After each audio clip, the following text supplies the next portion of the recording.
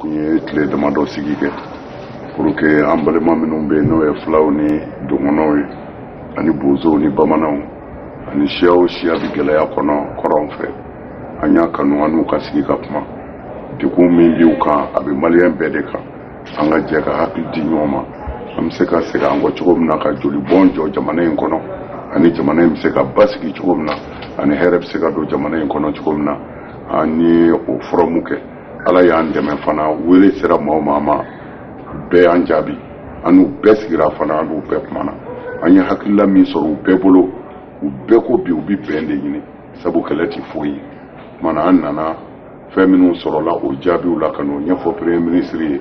ani silamɛw kan ka labɛn wɛrɛ min kɛ nin ko in man ka dabila parce que ni joli ma jɔ jamana kɔnɔ hɛrɛ tɛ jamana kɔnɔ mana fɔ an k'an cɛsiri de n'u ka se ka kisi mɔgɔw ka se k'u yɛrɛ sɔrɔ an kun nana ka n'o ɲɛ de fɔ premier ministre ye papier minnu sɛbɛnna o la an y'olu d'a ma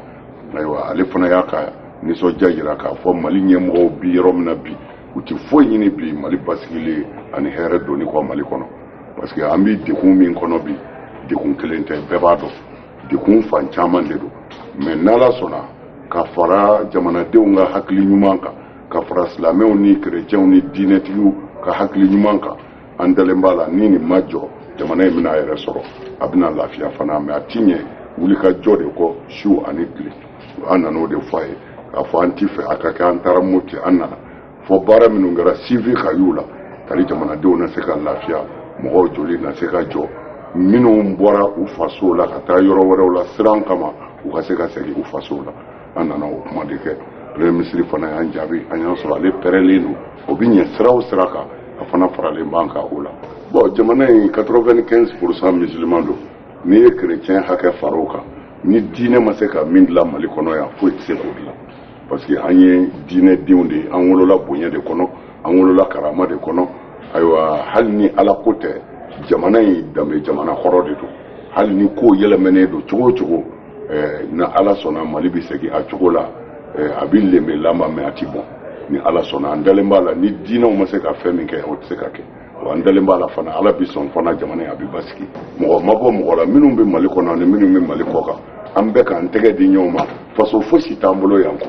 hali n'an kɛra ameriki perezan ye a bɛ fɔ maliyɛn de kɛra ye kumana an k'an jija an faso ye yɔrɔ min n'an bɛ waso n'o ye an k'an jija bɛn ka don o kɔnɔ kelenya ka don o kɔnɔ basigi ka don o kɔnɔ maliyɛn bɛɛ ka hɛrɛ ye nin de ye an b'o wele de da maliyɛn bɛɛ an k'an tɛgɛ di ɲɔgɔn ma faso in bɛ se ka basigi cogo min na. Population d'Abidjan, sur invitation de l'association des Ansars de Côte d'Ivoire, le président du Haut Conseil islamique du Mali, du groupement des leaders spirituels musulmans, non moins guide spirituel des Ansars à Seyed Sherif Ousmane Madani Haïdara, entamera une tournée dans le cadre de la commémoration de la naissance du saint prophète Mohammed, paix et salut sur lui. Au programme, accueil du guide spirituel le jeudi 20 février à Koumassi, sur le terrain Inch'Allah à partir de 15h. Cérémonie de prêche de Mauloud Nabawi le samedi 22 février à 16h au Palais des Sports de Trècheville. Cérémonie de bénédiction du Mauloud le dimanche 23 février à 16h au Palais des Sports de Trècheville. Le thème du Mauloud 2020 à Abidjan est l'islam, paix et développement.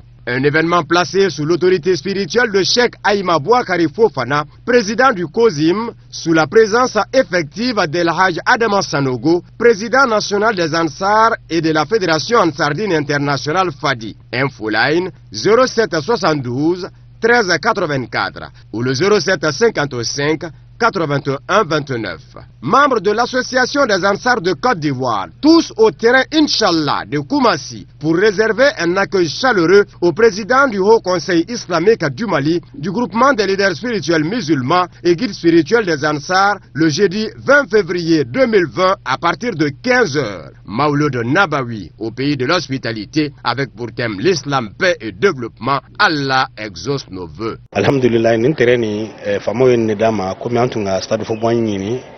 oro jama te yambo ko jama me na karamo ko kwate kuyi no ko donc kun yoro no ferel no gati moroka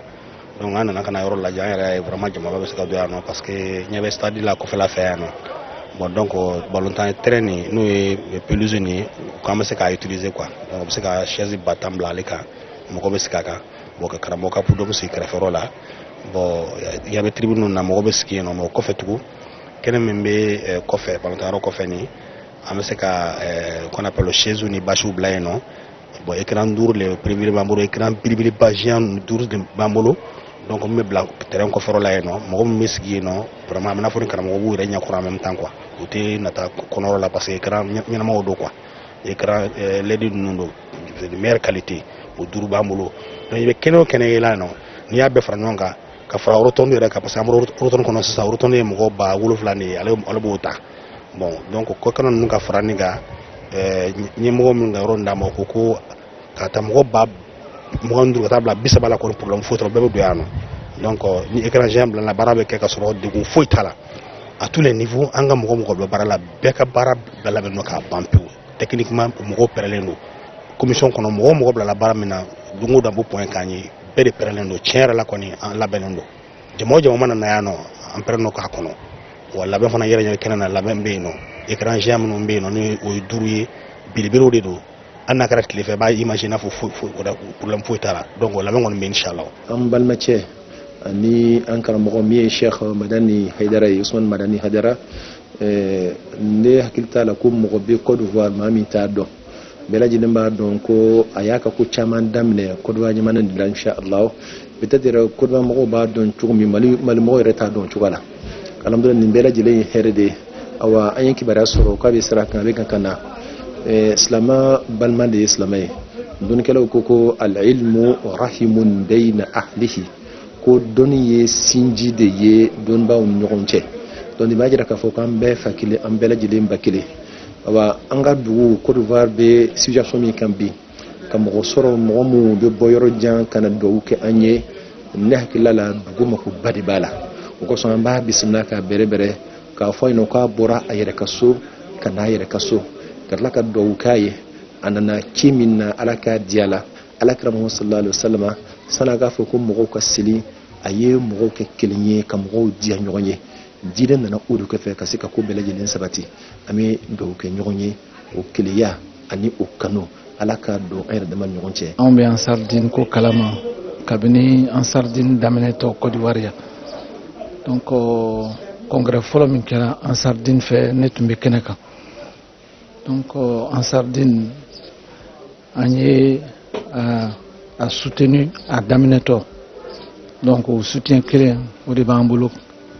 Alibi donc on est en sardine à Guidi Benano et Cheikh Ousmane Madane Haidara surtout que abenana ben kumani kelinya kuma ani badinya kuma abeno de fo o mawlud la ay rebe fami nyina islamaya kono ole yoyi sabu islamaya kuma na bendika ani kelinya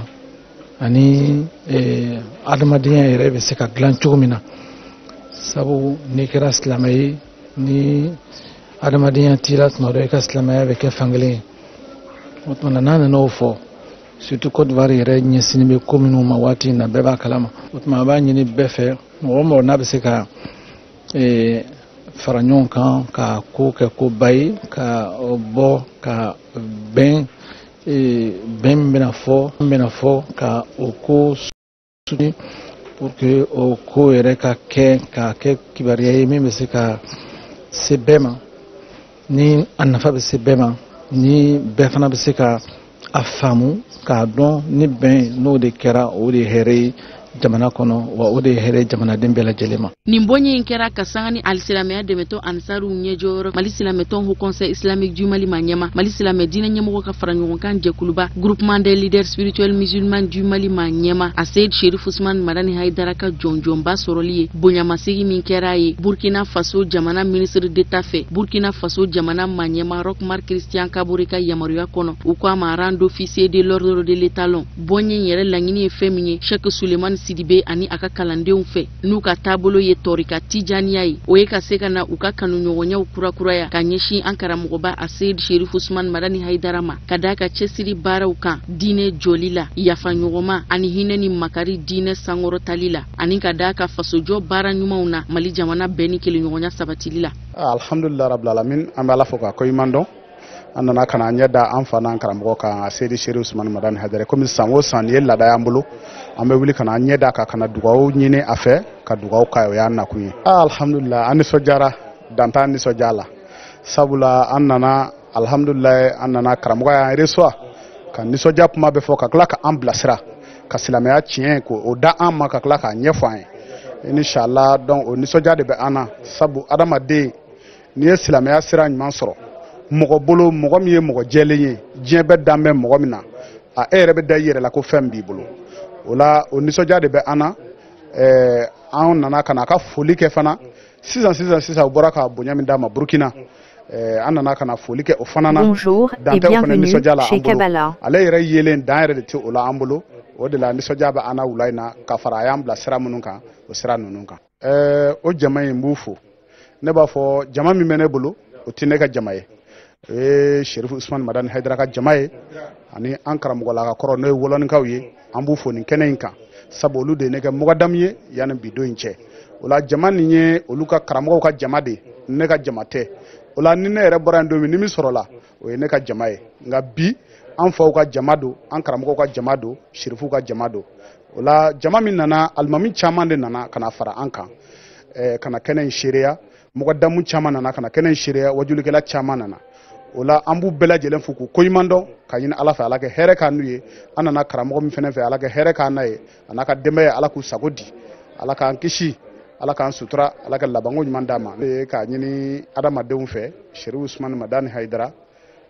mɔgɔw k'i ɲɛ yɛlɛn ten sa mɔgɔw k'u ɲɛ yɛlɛ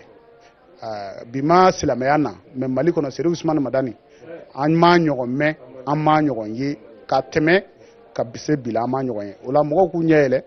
u k'a lajɛ n'a ye min fɔ u k'o kɛ an ka hɛrɛ bɛ sɔrɔ o de la dunanba ninnu y'a laɲini alisilamɛya dɛmɛtɔ ansaruw ɲɛjɔyɔrɔ fɛ a ka duwawu don kɛ Mali silamɛtɔn Haut Conseil islamique du Mali ma ɲɛma Mali silamɛ diinɛ ɲɛmɔgɔ ka fara ɲɔgɔn kan jɛkuluba groupement des leaders spirituels musulmans du Mali ma ɲɛma a wasara ni nin bɔɲɛ in ye a kɛlen kɔfɛ ka kɔrɔfɔ ta kɛnɛ kɔnɔ a ye hakili sigi di Cheikh Sulemani Sidibe ni a ka kalandenw ma k'a fɔ a b'u ka bila la sanni ka sɔrɔ ka duwawu don kɛ bɛɛ lajɛlen hami ni magow bɛ se ka dilan cogo min kɛnɛ baara bɛɛ lajɛlen kun cɛra ni fatiya tali ye ŋaniyaw sirilen kɔfɛ ani damakasi caman sigi in kɛnɛ kɔnɔ silamɛya donkan layidu 6 bayatul islamiya o fana taara kɛnɛ kɔnɔ k'a lakurakuraya maa caman fɛ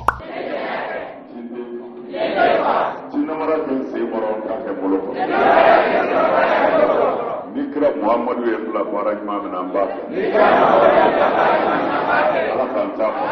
fɛ